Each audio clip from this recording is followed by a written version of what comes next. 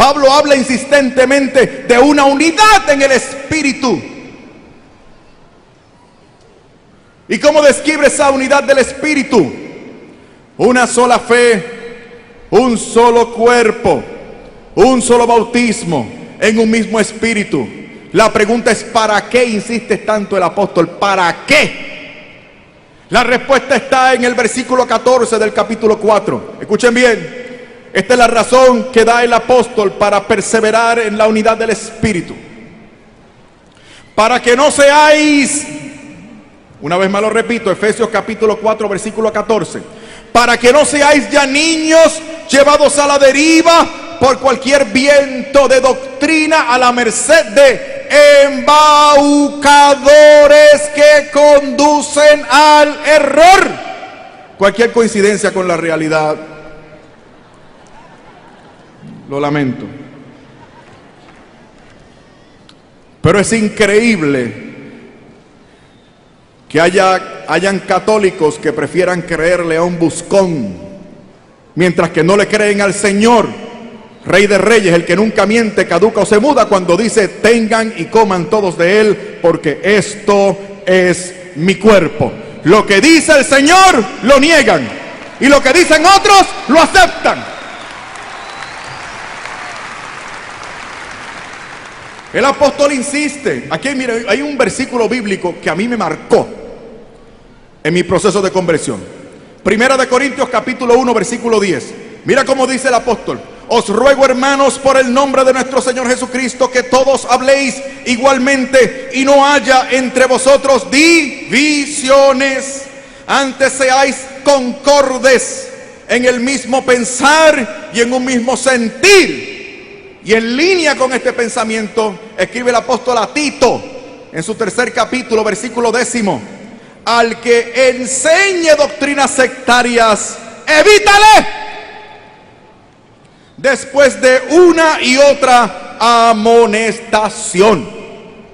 Por eso les hablaba de los católicos sectarios. A mí antes los católicos sectarios me daban lástima, ahora me dan coraje, porque me he dado cuenta que no son honestos. Han dado lugar en su corazón y en su mente a razones y ataques anticatólicos. Y estando en la iglesia, no se han tomado el mismo espacio, tiempo y esfuerzo para investigar qué es lo que la iglesia ha dicho sobre esos temas que ellos cuestionan sobre la fe de la iglesia. No son honestos. Un día me encontré con uno. Estaba creando muchos problemas de división. Sabía que si no atendíamos el problema, el tipo se iba a ir para otra iglesia con la mitad de la parroquia, o fundaba otra iglesia, que es peor. Así que le pregunté: ¿qué te pasa? Y él me dice: Fernando, es que te voy a ser sincero, hay dos cosas de la iglesia católica que yo no entiendo ni soporto. Le pregunté: ¿cuántas cosas? Fernando, te repito, hay dos cosas de la iglesia católica que no entiendo, no soporto. Y yo le dije: mi hermano, aquí estoy yo para servirte. Dime cuáles son esas dos cosas. Y él me hace las preguntas y me propone los temas. Hermanos, invertí una hora de mi vida explicándole a este hermano, dándole razones. Atravesé toda la Biblia, la historia de la iglesia, los padres de la iglesia, el sentido común, la espiritualidad católica, y le expliqué todo. Se lo expliqué tan y tan bien que después de una hora me dijo aquel católico sectario: muchas gracias, Fernando, creo que tú tienes la razón, pero déjame decirte, es que hay otras dos cosas que no soporto.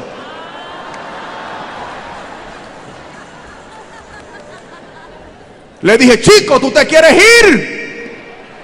Acaba y vete.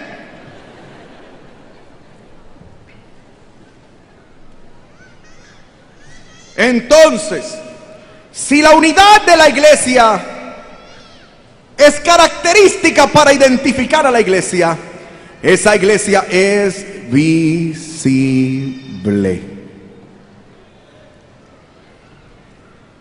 El católico que repita como el papagayo lo que dicen algunos compañeros míos teólogos de caché, de que la iglesia de Jesucristo es invisible y que da lo mismo una que la otra, o que la intención de Jesucristo no fue fundar una iglesia, quiero que ustedes sepan que eso es pecado de herejía, condenado por la Iglesia Católica.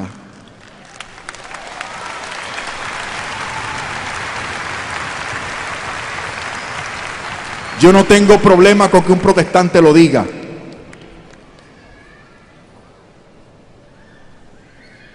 Pero que lo diga un teólogo católico, un fiel católico, un cura católico.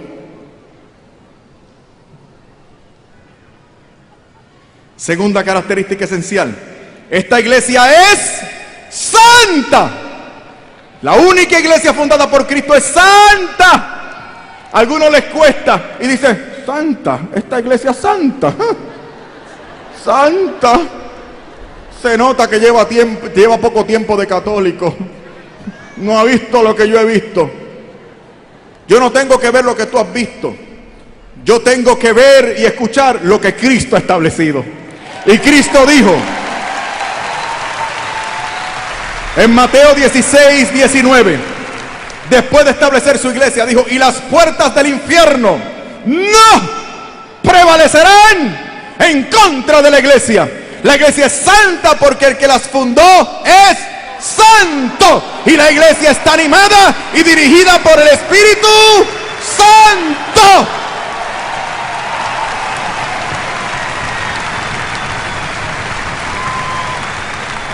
Pero claro, como tú te quieres ir, te agarras hasta de un clavo caliente, buscando defectos, errores y horrores donde no lo hay, debajo de las piedras si es posible. Como el hombre adúltero que está buscando pretextos para irse de su casa con la amante. Y quieren corregir al Señor porque ellos creen que la iglesia fundada por Cristo debe ser compuesta, o tuvo que haber sido compuesta por gente perfecta, casta y pura en el 100% de los casos. Jesucristo nos dijo que tú y yo íbamos a ser, en términos individuales, perfectos, castos y puros. Mira, si los primeros miembros de la iglesia fueron escogidos por el Señor, caminaron con el Señor, fueron 12, o sea, no eran muchos, y los 12 le fallaron. Y tú estás buscando una iglesia mejor que esa.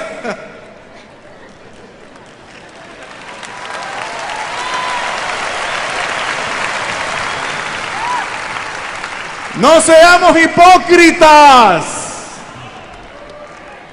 No hay perfección de nuestra parte. ¿Por qué la vas a buscar en el sitio donde te reúnes? Escucha bien. No se vale decir que te vas de la iglesia católica, porque supuestamente en la iglesia católica hay muchos sinvergüenzas. Eso no se vale. Si estamos todos cortados con la misma tijera. Y no se vale por 3 razones. Razón número 1, porque tú que te quieres ir de la iglesia católica, también eres sinvergüenza.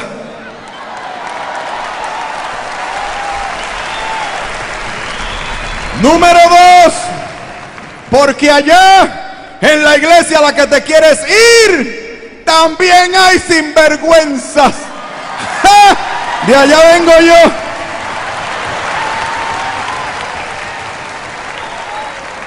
Número 3, porque aquí en la Santa Iglesia Católica siempre habrá lugar para otro sinvergüenza más. Alabado sea el Señor. Bendito su nombre.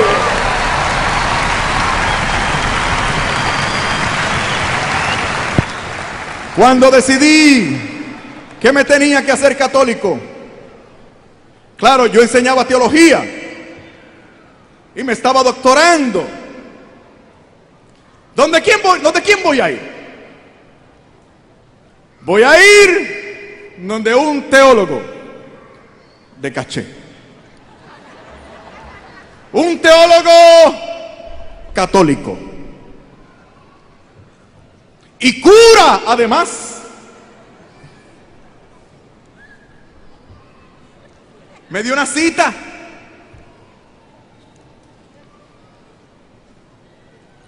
Y me dijo, ¿en qué te puedo servir? Y le dije, padre, usted no me lo va a creer, pero yo he venido aquí para que usted me ayude.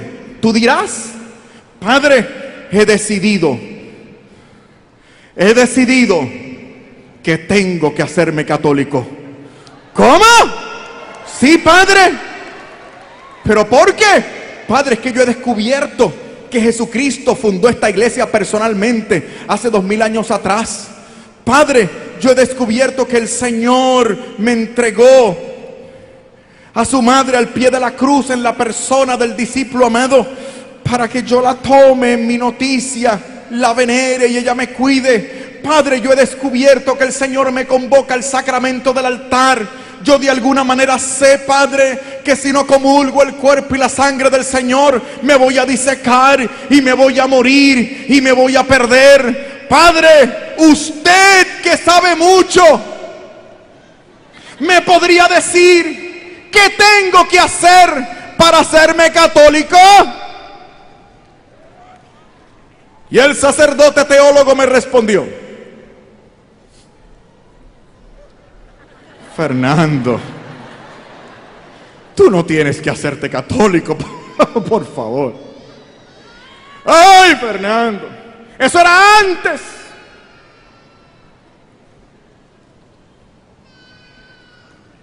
Mira, Fernando, no vayas a cometer una locura. Si tú le sirves al Señor de igual manera, allá como acá, es lo mismo. Fernando, por favor, piensa en tus hijos, no seas un mal padre. Es que Satanás cuando te tienta con cosas buenas, no te tienta con cosas malas. Al Señor, ¿tienes hambre? Come. Ten mucho cuidado con los ataques de Satanás. Solapados.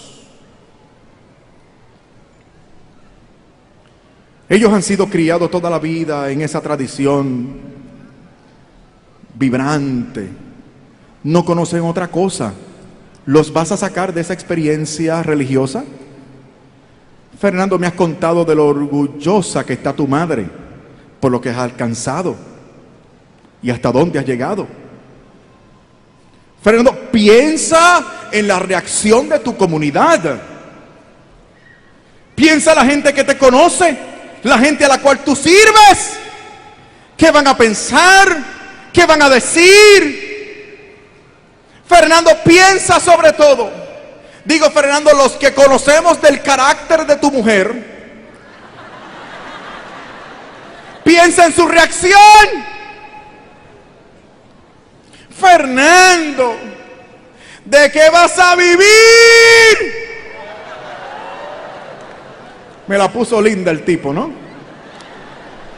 Tuve una experiencia espiritual. En fracciones de segundo me pasaron por la mente todos los insultos, acusaciones y desprecios que yo vertí en contra de esta iglesia desde mi púlpito y mi cátedra. Fueron 10 años de anticatolicismo y pasaron por mi mente todas las cosas que yo decía sobre supuestos pecados y escándalos de la iglesia para desvirtuar a la iglesia. Mientras tenía ese hombre frente a mí, en fracciones de segundo sucedió todo eso. Y le respondí al teólogo: Padre, muchas gracias. Usted no sabe la ayuda que me ha dado. Padre, usted me acaba de convencer de hacerme católico.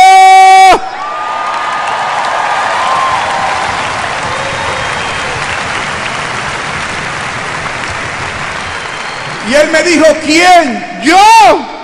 Sí, usted. Pero ¿y por qué? Y le dije, hombre, padre, sentido común, lógica. Si esta iglesia ha perseverado 2000 años a pesar de personas que testifican de ella como usted, esta tiene que ser la iglesia de Jesucristo. Y las puertas del infierno no prevalecerán en contra de la iglesia. Tercera característica, esta iglesia es católica. ¿Cómo dijiste? Sí, te lo aseguro, aquí lo dice. Y no es que lo digan mis notas. Ha sido revelado por Cristo. Y yo prometí esta semana en mi programa Razones de Nuestra Esperanza, que origina Radio Católica El Sembrador, todos los miércoles a las 8 de la mañana, prometí que hoy, aquí y ahora, les iba a decir a ustedes dónde dice Iglesia Católica en la Biblia.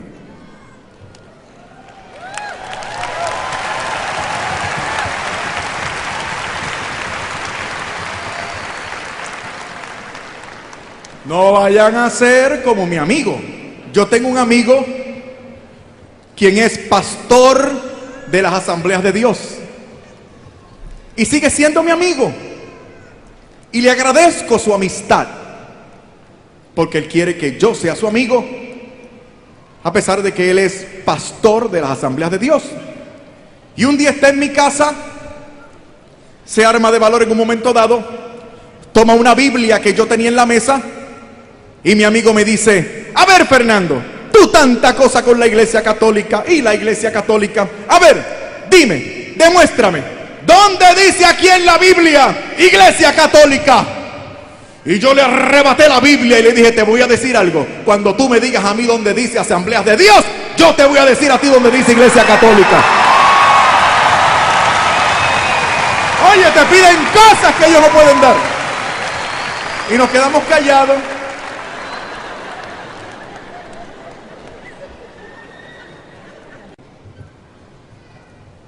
Jesucristo habló de esa universalidad de su mensaje y por lo tanto estableció una iglesia que trabajara en su nombre como su imagen, cumpliendo esa promesa de Yahvé a Abraham.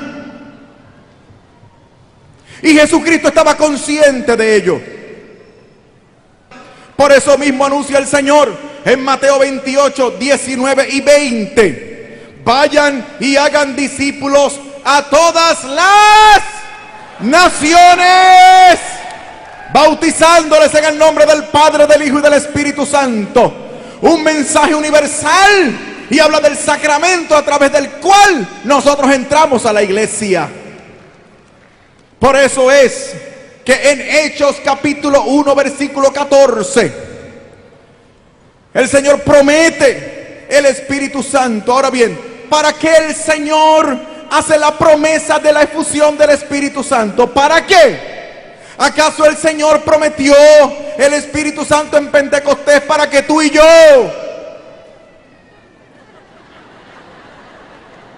sintiéramos bonito nada más?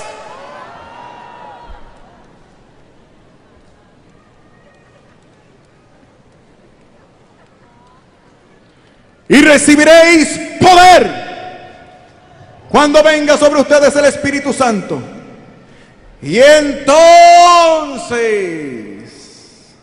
serán mis testigos en Judea, en Samaria y hasta los confines de la...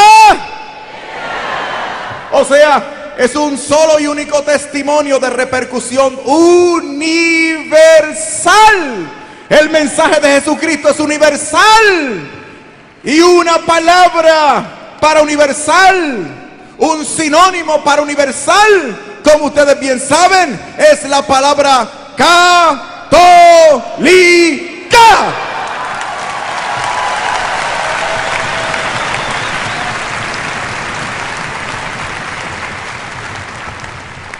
La cuarta nota de esta iglesia, característica de esta única iglesia. La iglesia fundada por Cristo, esa única iglesia es apostólica. ¿Y dónde está eso en la Biblia? Me encanta cuando me hacen la pregunta. Lucas capítulo 10, versículo 16. Mateo 18, 18. San Juan 20, 23. Mateo 20, 19, 20. Mateo 16, 18 y 19. San Juan 21, del 15 al 18. Además, dice Efesios capítulo 2, versículo 20, que el Señor estableció su iglesia sobre el fundamento de los apóstoles.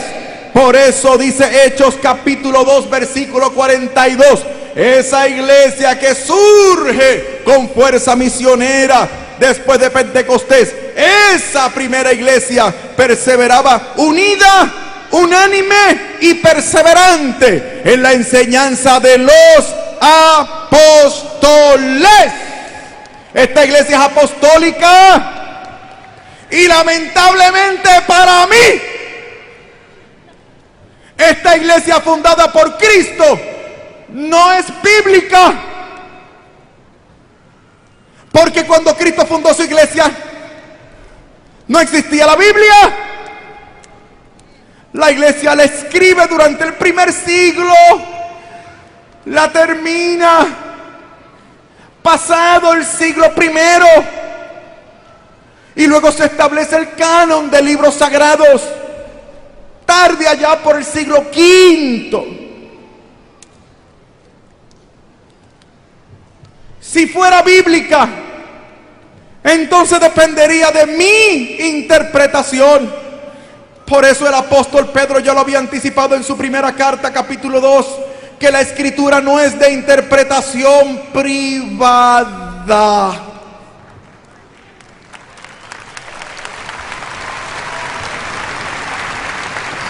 El que la iglesia sea apostólica y no bíblica es la verdad más bíblica que tú puedas encontrar en la Santa Biblia. Porque el problema con el debido respeto, el problema con mis queridos hermanos separados, es que leen mucho la Biblia, pero la entienden poco. El problema de los católicos es que no entienden nada porque no la leen. Pobres pecadores allá afuera. Dios mío, ten piedad de nosotros. Esto no es así al huipipío, como decimos en mi país. Si no, mira, como yo sé que aquí hay católicos sectarios, ¿sabían ustedes eso? Aquí hay gente católica que están aquí el día de hoy para darle una última oportunidad al Señor. A ver si el Señor les habla. Si has estado toda la vida en la iglesia, el Señor lleva toda la vida hablándote. Pero mira, si te vas a quedar en la iglesia católica haciendo daño, arrepiéntete, confiésate y quédate. Pero si vas a seguir haciendo daño, por favor, acaba de irte. Por favor.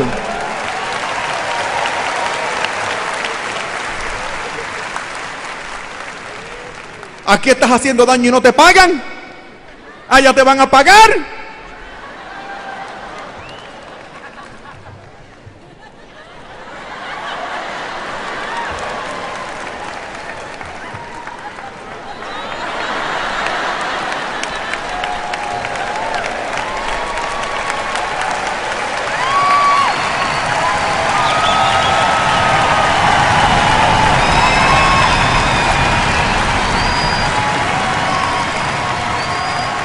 Ahora, fíjate, hoy me levanté por el lado correcto de la cama y estoy de buen humor. Así que yo les voy a dar la clave, porque como ya ellos descartaron a la iglesia, o sea, ya no hay iglesia. Ahora es, mira, directito. Tú sabes, el evangelio según San Yo. Qué rico, ¿eh? El evangelio según San Yo. Sí, no hay magisterio, no hay papa, no hay nadie. No hay culto, no hay misa, es el culto que mejor me guste. El mejor que me haga.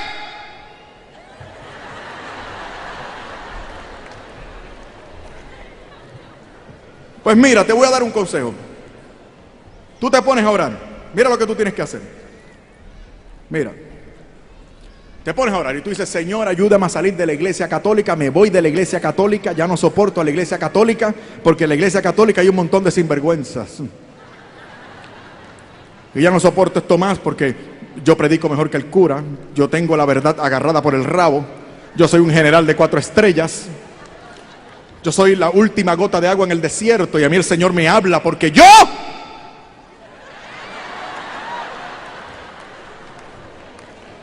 Entonces tú abres la Biblia, como es el Espíritu, la Biblia, tú abres la Biblia. Pero ten cuidado, porque mira lo que te puede pasar. Tú comienzas: Señor, voy a hacer lo que me diga tu palabra, porque ya no hay iglesia, ahora es la Biblia y lo que yo encuentre en tu palabra. Lo que tú me digas en tu palabra, eso voy a hacer, porque yo siento que tengo que fundar otra iglesia. Así que tú abres la Biblia: Señor, ayúdame, lo que digas en tu palabra. Abres la Biblia, la unción.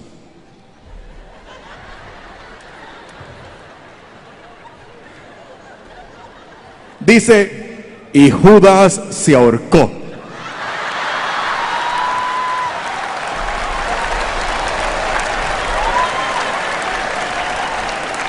¿Te persignas porque todavía te queda algo de católico? Señor, reprenda al diablo, metió el rabo, pero ahora sí. Porque ahora sí es verdad que yo... Y abres la Biblia, buscas otra página. Señor, lo que tú me digas. El relato del buen samaritano. Ahora ve tú y haz lo mismo.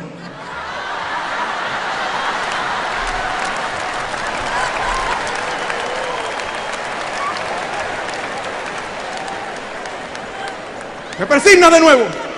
Es más, no te persigna.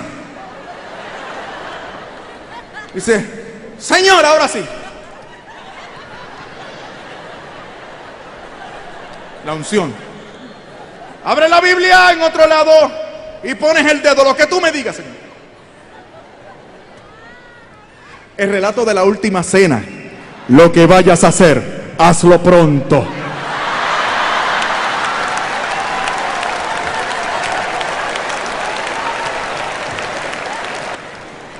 Esta iglesia es apostólica. Escucha bien. Hechos capítulo 15. Pablo y Bernabé tienen un problema en la iglesia de Antioquía. ¿Cuál era el problema? Era el problema de los judaizantes. Eran judíos que se habían convertido al cristianismo y decían que los que se convertían de la gentilidad tenían que seguir algunas prescripciones de la ley judía. Decían los judaizantes que, entre otras cosas, los que venían del paganismo y se hacían cristianos tenían que circuncidarse. Yo estaba seguro cuando leía esto que Bernabé iba a abrir la Biblia y San Pablo iba a leer la Biblia para corregir el problema en Antioquía. Pero ¿saben qué? No lo hicieron. Tampoco lo echaron a votación para los que quieren una iglesia democrática. Y si lo hubieran echado a votación, ¿saben qué? Los judaizantes hubieran ganado, porque los judaizantes en Antioquía eran mayoría. Y si lo hubieran votado, eso hubiera pasado a la revelación cristiana. Y hoy, tú y yo, machos, hombres, varones latinoamericanos, tendríamos que circuncidarnos al estilo bíblico, de adulto, sin antibiótico ni anestesia. Todas las que se rieron fueron mujeres. Todas. Mientras los hombres los vi como se encogían en la silla.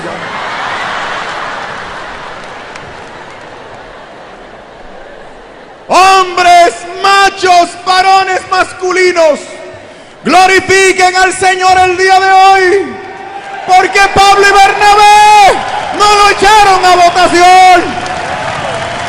¡Gloria a Dios! Pablo y Bernabé descendieron a Jerusalén a consultar ¿con quién? Con los apóstoles. Allí realizaron el primer gran concilio de la iglesia, el concilio de Jerusalén. Y en el versículo 28 del capítulo 15, me encanta este versículo 28 del capítulo 15 de Hechos, se levanta el obispo de Jerusalén, quien era Santiago, para arreglar el asunto en Antioquía. Y dice Santiago, el obispo de Jerusalén: hermanos, nos ha parecido bien al Espíritu Santo y a nosotros, hermanos. Esta es la iglesia que habla con el poder, la potencia, la facultad y la inspiración del Espíritu Santo. Lo dije el año pasado y lo repito hoy. Aquí hay